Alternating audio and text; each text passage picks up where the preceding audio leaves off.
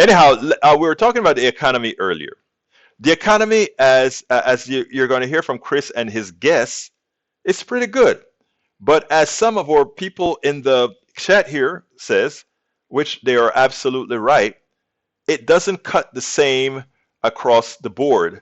So when my good friend Paul Fleming says, 4% is one thing, but let's look at everybody. There is a problem. He's absolutely right. I want you to listen to this, and then we'll go ahead and take it on the other side. Check it out. Great piece out in the Atlantic today that really captures my feelings about this economy and how we've been trying to cover it here on this program. The headline, somewhat cheeky, "The economy is good, actually," and it is by the fantastic economics journalist Zachary Carter, who also wrote the award-winning book The Price of Peace, which is a biography of economist John Maynard Keynes, a book I really highly recommend. Of course, it's Keynes's theories that helped guide the world out of the Great Depression. Keynes's thinking has also guided the economic policy we have seen during the current recovery, huge amounts of fiscal stimulus and federal spending. In fact, as Carter notes, the federal government spent far more money over the course of the pandemic than it did in the response to the 2008 crash, and spent more of the money on ordinary families. And the results of all this are tangible, like the child tax credit expansion cutting child poverty in half. For workers, the 467,000 jobs created in January are more than triple what was expected. That's allowing people to leave their jobs for better ones at record levels, raising low-wage worker pay even after factoring inflation into the mix. Even bankruptcies dropped by 24% in 2021. Look at that. That's us all the way over on the right. That's the lowest point for personal bankruptcy in decades. That's a 25-year chart, and it's never been lower on the chart. The only real question I have, and it's a persistent one, is why won't the left take credit for such an incredible accomplishment? Zach Carter, who wrote that piece, joins me now. Zach, first make the case. I make this case a lot. I think you and I are in a sort of small cohort. We're sort of in a lonely group trying to make this case. I think partly because you and I both went through the ideological battles of the Great Recession, the failures of austerity, the huge amounts of prolonged human misery that was completely unnecessary because of the sort of austerity argument winning. But giving you the short elevator pitch version of why the economy is good, actually. Well, the last crisis, it took us 10 years to get to this point on employment after the crash. And unemployment's currently 4%. It's been about 2 years since the beginning of the pandemic. The crash this time around was much more severe. Millions of businesses just shut down. The unemployment rate went much higher, well over 14% compared to 10% last time around.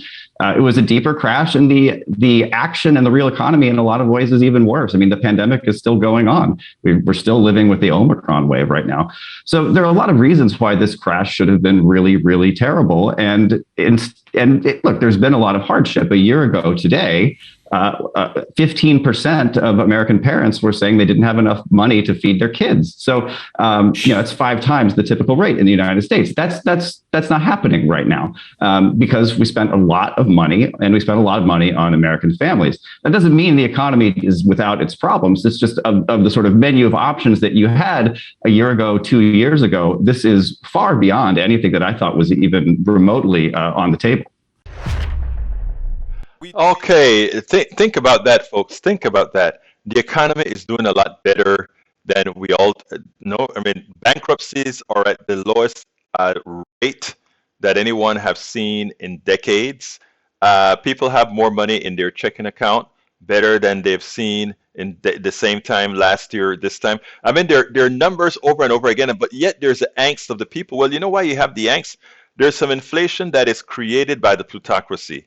I want you all to put blame where it belongs. I wish instead of bringing Biden's numbers down to 41%, you would bring down the money, the CEOs of ADM and all these companies who are raising the prices. Let me give a qualification. If these people's stock prices are going up, if the amount of money that they're bringing in is going up, if they're shipping the same amount of products or more, what that tells you is that they're ripping the people off and they're doing wealth transfer. they're redistributing the money of the masses to the pockets of the few. And what they also continue to get those people by lying to them to believe some fallacy that somehow they're helping. We spend a lot of time deconstructing the news, trying to parse it into a form that everybody can understand. We try to find those little nitpicks where it flies above the fray, etc. If you really like these videos that we do, I want to ask a big favor. Please go ahead. Number one, subscribe to our channel, and number two, please join if you can. Thank you so kindly for watching. Keep watching. Please remember to share. We must populate the entire internet with our progressive message, a message that we know is what most Americans say that they want. So help us, please join.